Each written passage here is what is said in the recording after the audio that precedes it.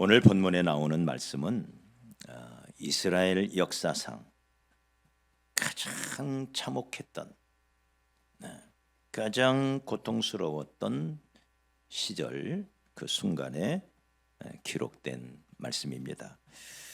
BC 586년 바벨로니아에 의하여 함락이 되고 예루살렘의 성과 성전은 완전히 회파가 되고 백성의 대부분이 쇠사슬에 묶여서 포로로, 노예로 끌려가고, 그 결과 그렇게 아름답고 거룩했던 예루살렘은 완전히 폐허가 됩니다.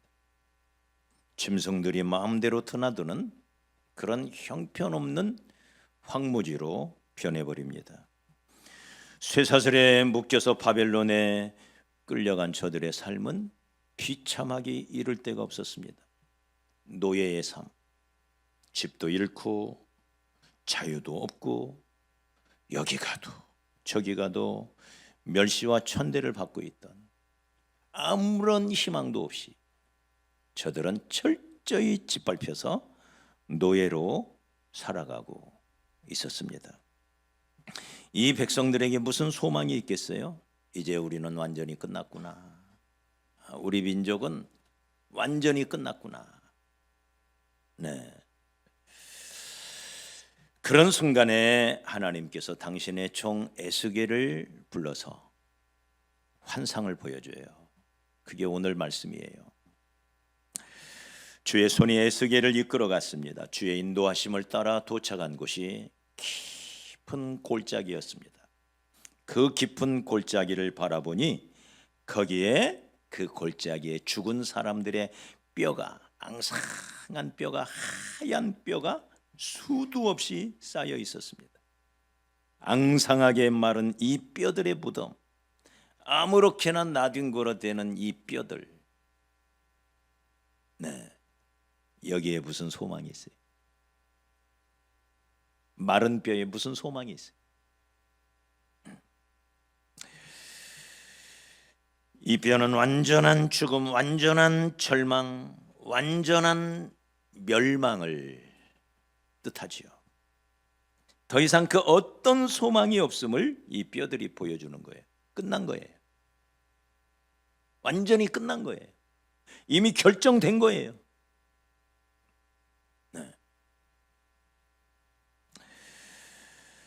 그때 이 절망의 골짜기에서, 이 죽음의 골짜기에서 하나님의 음성이 들려와요. 에스겔아, 이 뼈가 살겠느냐? 살 수 있나요? 마른 뼈가, 이 뼈가 살겠느냐? 에스겔이 이렇게 대답합니다. 주님이 아시죠. 제가 어찌 알겠어요? 에스겔아, 이 마른 뼈가 살겠느냐? 그거야 뭐 주님이 하시면 살아날 수도 있겠죠.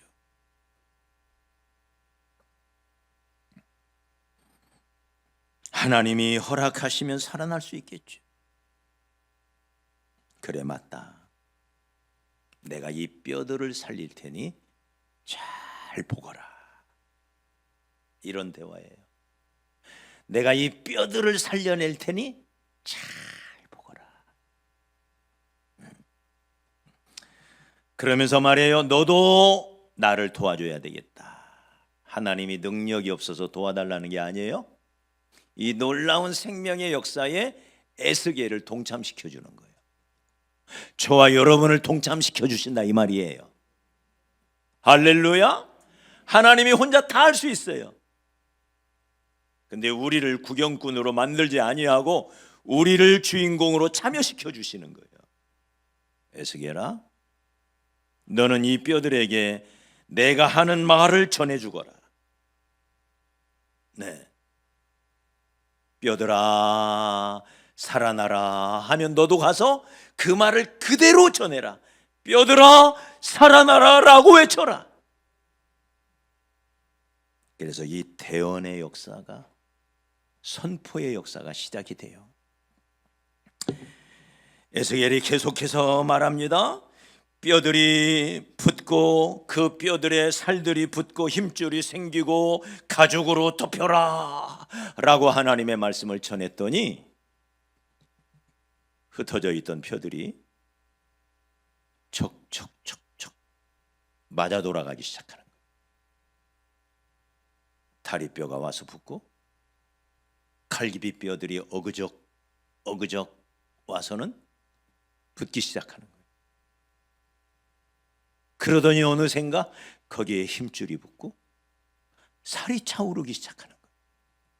우리 영화 같은 데서 보면 그런 모습 나오잖아요. 살이 막 차오르기 시작하는 거예요. 그러더니 가죽이 딱 덮였는데 이제 영락없는 사람이 된 거예요.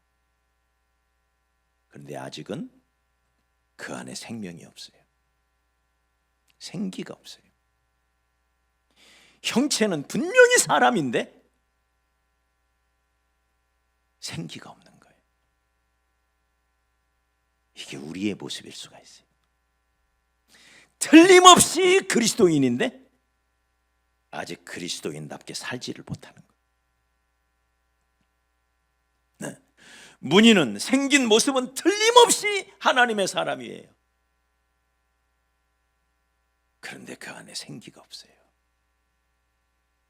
네. 그러니 에스겔아, 이제는 생기를 향하여 대언해라. 생기야, 사방에서부터 바람처럼 불어와서 죽은 자에게 들어가라 하고 선포하라는 거예요. 그대로 했더니 저들이 벌떡 일어나 정렬을 하는데 지극히 큰 군대로라. 할렐루야. 보통 사람이 아니에요. 강한 군대로 살아나는 거예요. 여러분, 오늘 이 말씀이 주는 의미가 무엇입니까? 이 뼈들은 이스라엘을 상징한다고 11절에 설명을 해줘요. 이 마른 뼈들, 이 죽음의 골짜기, 절망의 골짜기를 덮고 있는 이 마른 뼈들은 이스라엘을 상징한다. 내 백성, 저주받은 내 백성 이스라엘을 상징한다. 근데 내가 이 이스라엘을, 내 백성 이스라엘을 다시 살릴 것이다. 다시 일어나 저들이 예루살렘으로 돌아가고 옛날보다 더 아름다운, 더 새로운 나라로 내가 다시 세울 것이다. 여러분, 우리에게도 이런 회복의 이야기가 필요하죠. 회복의 역사, 회복의 능력, 회복의 은혜가 필요합니다. 여러분은 혹시 내 자신이 에스겔 골짜기의 마른 뼈와 같다고 느꼈던 적은 없으신가요? 아무런 희망도 없고 아무리 발버둥 쳐도 삶에 기적은 일어나지 않고 오히려 늪에 빠진 것처럼 허우적대면 허우적댈수록 더 깊이 빠져들어가는 것만 같고 앞길은 보이지 않고 도대체 어떻게 해야 되나? 네, 에스겔 골짜기의 마른 뼈가 바로 나구나. 이 사망과 절망의 골짜기에서 방황하는 나 가끔 발견할 때가 있죠. 주님, 어떻게 해야 됩니까? 어느덧 나이는 많이, 어느덧 늙고 육체는 병들어서 힘이 없어요. 오랜 실패의 늪 속에서 헤매다 보니 점점 용기는 사라지고 자신감도 사라지고 무력감에 시달리고 좌절감에 시달리고 이 세상 모든 것에 무가치함을 느끼고 그러면서 다른 사람은 잘 되는 것 같은데 예수도 안 믿고 온갖 못된 짓을 일삼는 사람들은 잘 되는 것 같은데 나는 왜 이럴까? 이 비교의식 때문에 우리를 너무 힘들게 할 때가 많아요. 비교의식. 그러나 사랑하는 여러분, 하나님은 이런 때 역사하십니다. 하나님이 역사하시는 때가 그때예요. 성경은 그런 얘기예요. 땅이 공허하고 혼돈할 때 하나님은 빛이 있으라 하시며 이토록 아름다운 천지 만물을 창조해 내셨습니다. 땅이 공허하고 혼돈할 때. 네. 아브라함이라고 하는 노인을 불러서 100세의 아들을 주셔서 마른 뼈 같은 이 아브라함, 그에게 하나님은 은혜의 선물을 주시죠. 100세의 아들 이삭을 낳게 하시고 그 이삭을 통하여 하나님의 나라 이스라엘이라는 위대한 나라를 만들어 가셔요. 야곱은 양식이 없어서 애굽으로 내려갈 때 내가 그냥 하루라도 연명해야 하겠다 싶어서 온 가족을 이끌고 애굽으로 내려가요. 근데 거기서 꿈에 그리던 아들 요셉을 만나고 겨우 70명의 가족이 애굽으로 들어갔지만 거기서 심히 번성하여 400년 후에 무려 300만 명의 큰 민족이 돼요. 하나님의 역사죠. 하나님의 기적으로 출애굽을 하고 홍해를 가르고 광야를 지나 가나안 땅에 들어가고 여리고 성을 무너뜨리고 아이성을 무너뜨리고 헤브론을 정복하고 오늘 말씀처럼 에스겔 골짜기의 마른 뼈 이야기, 이게 다 하나님 나라 이야기예요. 하나님이 하시면 된다. 시작. 하나님이 하시면 된다. 할렐루야. 마른 뼈도 살아날 수 있다. 네. 모든 사람이 말해요. 다 끝났다. 아닙니다. 하나님은 그때가 시작이라고 말해요. 믿습니까? 이게 믿음 안에서의 역사예요. 네. 오늘 우리에게도 하나님은 언제나 인간적으로 생각하면 마지막이다, 다 끝났다, 더 이상 아무 소망이 없다 라고 말할 때 우리 하나님은 그 마른 뼈를 살려내는 역사를 시작해 가시는 것입니다. 잠언 23장 18절에 네 마음으로 죄인의 형통을 부러워하지 말고 항상 여호와를 경외하라. 정령이 네 장래가 있겠고 네 소망이 끊어지지 아니하리라. 하나님이 우리에게 주시는 약속이에요. 자, 그렇다면 어떻게 마른 뼈가 살아날 수 있을까? 어떻게? 마른 뼈가 살아나는 역사를 어떻게 우리가 경험할 수 있을까?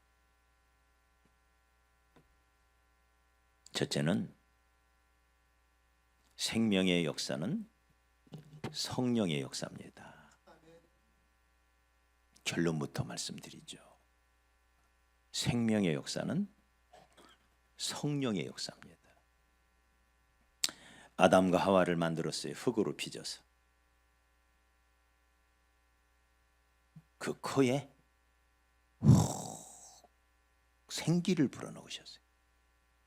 그러자 아담이 벌떡 일어났습니다. 이게 성령의 역사예요. 생명은 성령을 통해서 오는 거예요. 할렐루야. 생명은 성령의 역사예요. 그래서 여기 14절에 내가 또 내 영을 너희 속에 두어 너희가 살아나게 하고, 뼈들이 들러붙고 힘줄이 생기고 살이 차고 가죽이 덮여서 겉으로는 멀쩡해요. 이제 사람이 된 것 같아요. 근데 아직 아니에요. 네? 틀림없이 겉모습은 사람이야. 옆 사람 한번 쳐다보세요. 사람인지 귀신인지. 사람 맞아요? 틀림없이 사람이야. 틀림없이 그리스도인이야. 틀림없이 하나님의 백성이야. 그런데 문제는 그 속에 생기가 없어요. 그래서 또 쓰러져요. 또 좌절해요. 또 시험 들어요. 힘이 없어요. 힘이 없어. 네? 다시 말해 그 속에 생기가 없어요. 성령이 들어가야 됩니다. 할렐루야. 성령이 들어가야 돼. 구원을 받기는 받았는데 내 안에 틀림없이 생명이 들어오긴 들어왔는데 겨우 목숨만 붙어 있는 거예요. 겨우. 숨은 쉬지만 그래서 살아는 있는데 힘이 없어. 병석에 누워 있어. 네? 그 생명이 무슨 일을 하겠어요? 내 안에 성령의 능력이 차고 올라와야 됩니다. 그래야 벌떡 일어나요. 그래서 달려갈 수가 있어요. 성령의 역사예요.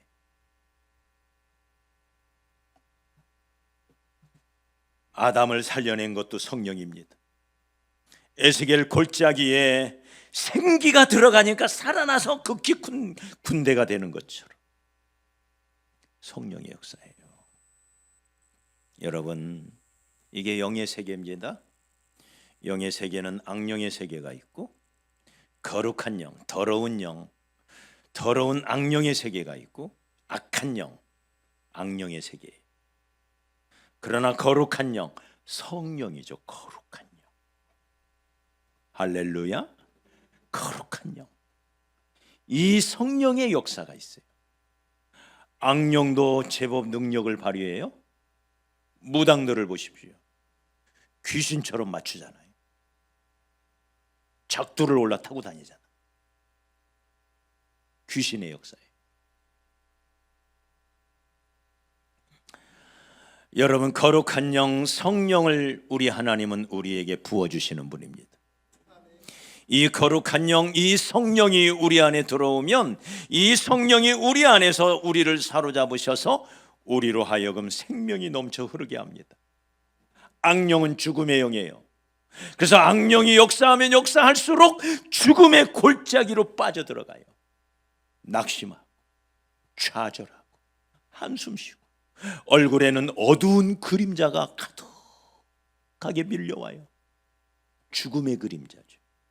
그러나 성령은 거룩한 영이에요. 성령이 역사하면 역사할수록 얼굴이 살아나요. 얼굴을 도우시는 하나님이라 하셨어요. 그래서 얼굴에 활기가 차요. 웃음꽃이 피어나요. 자신감이 생겨요. 가슴 속에는 평강이 넘쳐요. 할렐루야. 기쁨이 넘치고 감격이 있고 감동이 있는 삶을 살아요. 이게 성령이 하시는 일이에요. 할렐루야. 우리 하나님은 우리에게 거룩한 영, 성령을 부어주시는 분이에요. 이 성령이 역사할 때 저와 여러분이 살아나는 줄 믿습니다. 아담과 하와를 살려요. 12 제자를 살려요. 그들이 성령을 받기 전까지 얼마나 무기력했어요. 어린 계집종의 말에도 예수님을 부인하고 나중에는 저주하면서 예수님의 곁을 떠나가요. 무기력한 제자들, 마른 뼈의 모습이죠. 근데 그들에게 성령이 임하니까 갑자기 사람이 돌변합니다. 담대한 사람이 돼요. 감옥에 갇혀도 외칩니다. 하나님은 살아계시다고. 그 외침 속에 감옥 문이 열리고 놀라운 기적의 역사가 일어나는, 이게 사도행전의 역사예요. 성령이 하시는 거죠. 할렐루야. 이는 힘으로 되지 아니하고 능으로 되지 아니하고 오직 나의 영으로 되느니라.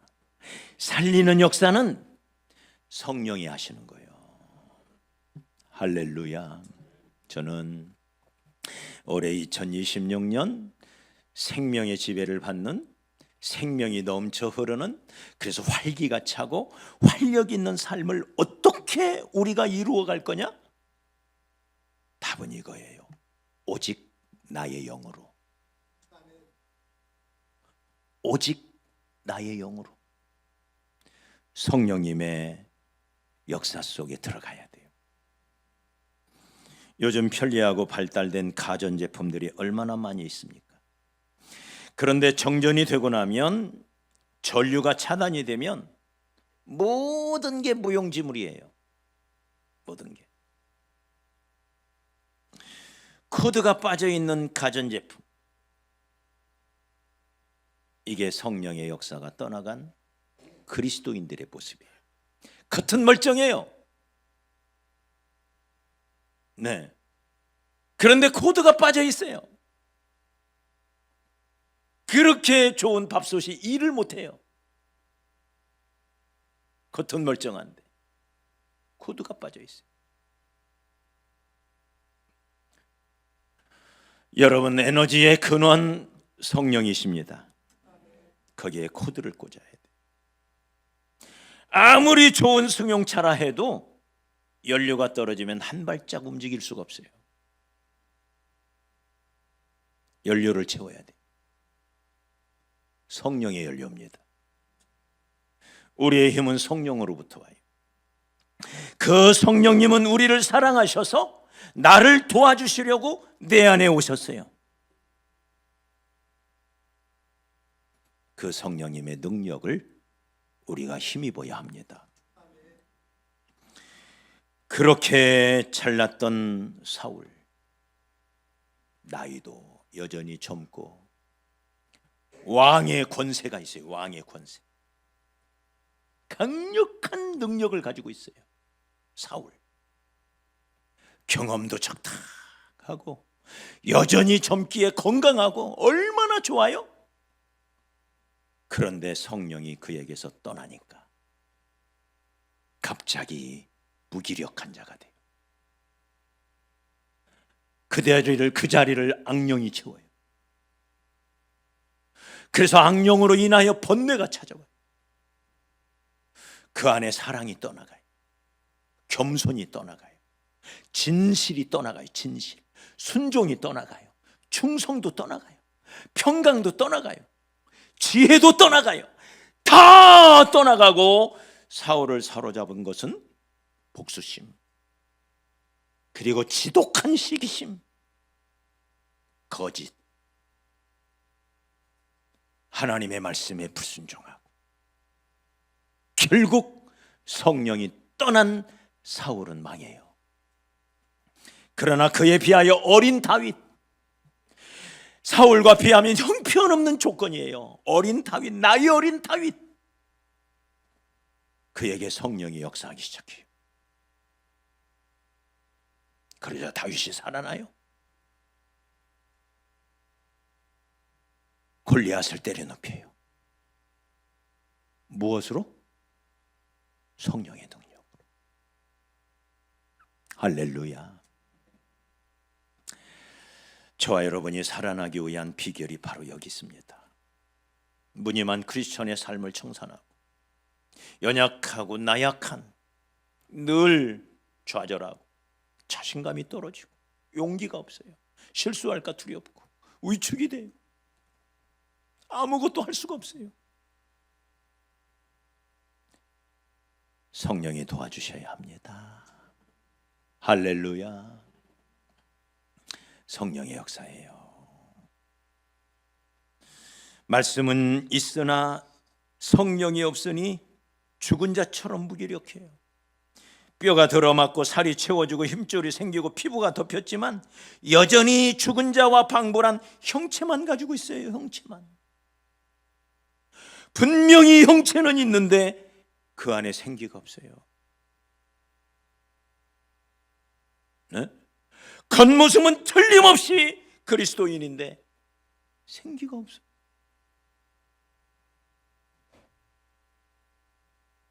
생기가 없으면 살았어도 산 것이 아닙니다. 그래서 생기가 없으면 여전히 주저앉아 있습니다. 여전히 무기력합니다. 여전히 누워 있습니다. 여전히 무능합니다. 의욕이 없습니다. 한숨만 쉬고 앉아 있습니다. 전기밥솥으로 밥을 지으려면 코드를 꽂아야죠. 맞아요? 코드를 꽂아야죠. 생명의 기운이 넘쳐 흐르는 삶, 생명이 지배하는 삶, 생명이 왕노릇하는 삶, 성령으로만 가능해요. 이는 힘으로 되지 않고 능으로 되지 아니하고 인간의 힘이나 인간의 의욕이나 인간의 의지로 되는 게 아니래요. 아무리 결단을 하고 또 결단을 해도 3일이 뭐예요? 하루도 안 가. 더군다나 우리의 싸움은 혈과 육에 대한 싸움이 아니에요. 악한 마귀와의 싸움이에요. 악한 마귀와 싸우는데 어찌 인간의 능력으로 가능하겠어요? 육신의 힘으로는 안 되는 것입니다. 성령님이 도와주셔야 됩니다. 하늘에 떠 있는 방패연이 자기 힘으로 뜨는 게 아니에요. 바람을 타고 떠오릅니다. 성령의 사람은 내 힘으로 살아가지 않아요. 성령의 바람을 타고 살아갑니다. 성령의 바람을 타면 힘들지 않아요. 엘버트로스라고 하는 바다 독수리는 한 번의 날갯짓으로 태평양을 건너요. 어떻게 가능할까요? 바람이 불어오기를 기다려요. 그래서 바람이 불어오는 그 타이밍에 자기의 한 번 날개 힘으로 바람 위를 올라가요. 그때부터는 바람을 타고 순식간에 태평양을 건너가는 거예요. 성령의 바람이 불어야 합니다. 할렐루야.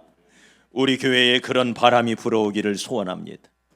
저와 여러분의 가정에 그런 바람이 불어오기를 소원하고 우리 개개인의 삶에 성령의 바람이 불어오기를 소원합니다. 사랑하는 여러분, 우리의 차이는 바로 성령에 있어요. 성령님이 도와주시면 어린 다윗이 골리앗을 무너뜨리는 것처럼 성령이 도와주시면 우리가 하나님의 증인이 되고 하나님의 기적을 써내려가는 간증의 주인공이 되는 줄로 믿습니다. 마귀와 싸우는 것은 내 힘으로 안 됩니다. 지금까지 우리가 살아온 것도 따지고 보면 내 힘이 아니죠. 다 하나님의 힘으로 여기까지 왔습니다. 맞아요? 다만 그 힘을 더욱 받기 원합니다. 지금보다 엘리사의 소원처럼 선생님, 엘리야 선생님, 내게 당신에게 임했던 성령의 영감을 내게 갑절로 부어주십시오. 네? 선생님에게 주어졌던 그 성령의 능력을 나에게는 갑절로 주십시오. 갑절로. 하나님이 그 기도를 기뻐하셨어요.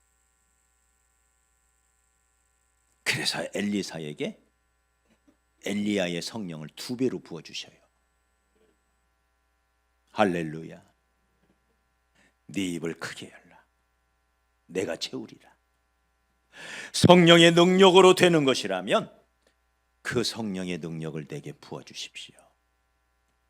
성령을 한량없이 부어주신다 그랬어요. 한량없이. 그 능력을 우리에게도 부어주시옵소서. 왜 지칠까요? 지난주 새벽기도 시간에 계속해서 묵상했던 말씀이죠. 왜 지칠까? 왜 힘이 들까? 왜 쓰러질까 우리가? 왜 좌절하고 왜 낙심할까? 왜 무기력증에 시달리는 걸까? 일이 많아서? 일이 힘들어서? 인생의 짐이 무거워서? 그런 것 같죠? 아닙니다. 속지 말아야 돼. 왜 지치느냐? 힘이 없어서 그래요. 힘이 있는 사람은 지치지 않아요. 힘이 남아 돌아가는데 왜 지쳐요? 힘이 남아 돌아가는데 왜 지쳐요? 어떤 사람은 한층만 올라가도 힘들어요. 숨이 턱까지 차올라요. 한층 계단을 올라가요. 너무 힘들어요. 근데 어떤 사람은 10층, 20층, 30층 저 에베레스트 정상까지 쉬지 않고 올라가요. 힘이 있으니까. 하나님이 우리에게 원하시는 삶이 그렇습니다. 우리가 능력받기를 원하십니다. 할렐루야. 능력받기를 원해요. 그래서 그 능력이 우리의 심령을 가득히 채우면 마귀와 싸워 승리할 수가 있고, 그 어떤 환경과 싸워 승리할 수가 있고, 정상에 올라가도 끄떡없는 능력으로 우리를 채워주기를 원하십니다. 그 능력 받아야 돼요. 100m만 달려가도 숨이 턱까지 차오르는데 어떻게 마라톤을 뛰겠어요? 안 되는 거지. 힘을 길러야 됩니다. 왜 감기에 걸리느냐? 당연히 바이러스 때문이죠. 그러나 바이러스는 언제 어디든 이 세상에 꽉 차 있어요. 문제는 면역력이 있으니까 어떤 사람은 감기가 왔다가도 슬쩍 지나가고 끄떡없이 살아내요. 근데 힘이 없으니까 온갖 병치레를 다 달고 사는 거예요. 왜 바이러스를 원망합니까? 바이러스는 어디든지 있는 건데 힘을 길러야죠. 할렐루야. 힘을 길러요. 마귀 역사는 어디든지 있습니다. 우리를 넘어뜨리려고 항상 우는 사자처럼 달려들어요. 별하별 시험이 찾아와요. 사도 베드로가 말한 것처럼 너희가 여러 가지 시험을 만난다. 생각지도 않았던 여러 종류의, 여러 크기의, 여러 모양의, 여러 색깔의 별 희한한 시험이 다 찾아와요. 이게 세상이에요. 왜 시험에 들까요? 힘이 없어서 그런 거예요. 환난 날에 낙담하면 네 힘의 미약함을 보임이라. 힘을 길러야 돼. 그 힘은 성령으로부터 옵니다. 할렐루야. 힘의 원천 성령님이에요. 오직 성령이 너희에게 임하시면 너희가 권능을 받고 그 능력을 받아야 돼. 이 능력은 누가복음 11장 13절에 너희가 악할지라도 좋은 것을 자식에게 줄 줄 알거든 하물며 너희 하늘 아버지께서 구하는 자에게 성령을 주시지 않겠느냐. 이게 해답이. 구하는 자에게 성령을 선물로 주시지 않겠느냐. 성령은 기도와 간구의 영입니다. 기도하는 곳에 성령은 역사하셔요. 그러므로 올 한해 기도를 세웁시다. 기도를 세워가야 돼요. 허물어졌던 기도의 산을 올라가야 돼요. 기도가 세워져야 다른 것이 세워져요. 기도가 허물어져 있으면 그 어떤 노력도 허사가 돼요. 세워질 수가 없어요. 맨 앞에 기도가 가야 됩니다. 성령이 와야 돼요. 성령의 이끌림을 받아야 돼요. 그러니 올 한해 기도하는 일에 우리가 집중했으면 좋겠습니다. 할렐루야. 기도하는 자리를 사모하시고, 제가 우리 새벽기도 용사들에게 두 가지 도전을 했어요. 기도의 용량을 조금만 키우자. 작년에 30분 기도했던 분은 40분 기도하자. 1시간 기도했던 분은 1시간 10분만 기도하자. 기도의 시간을 늘리자. 두 번째는 기도의 질을 조금 더 끌어올리자. 같은 30분을 기도하더라도 온 힘을 다하여 하나님만이 나를 도와주실 수 있다는 이 믿음으로 간절히 기도하자. 간절히. 그래서 기도의 질을 끌어올리자. 기도하는 자리에서 결정이 나요. 너희가 얻지 못하면 구하지 아니함이요. 기도 외에 이런 이유가 그 어떤 것으로도 다른 것으로는 이런 이유가 나갈 수 없느니라. 이런 유의 능력, 이런 유의 기적, 이런 유의 역사는 기도 외에는 없다. 기도는 하나님의 은혜를 사모하는 거예요. 기도는 하나님밖에 없음을 고백하는 거예요. 나를 도와주실 수 있는 분은 하나님밖에 없음을 선포하는 거예요. 그러니 하나님 내게 역사하여 주십시오. 나를 도와주십시오. 내게 성령을 채워주십시오. 내 힘으로 안 됩니다. 어리석게도 나는 내 의지로, 내 힘으로, 내 결심으로 되는 줄 알고 아침부터 저녁까지 정신없이 뛰어다녔지만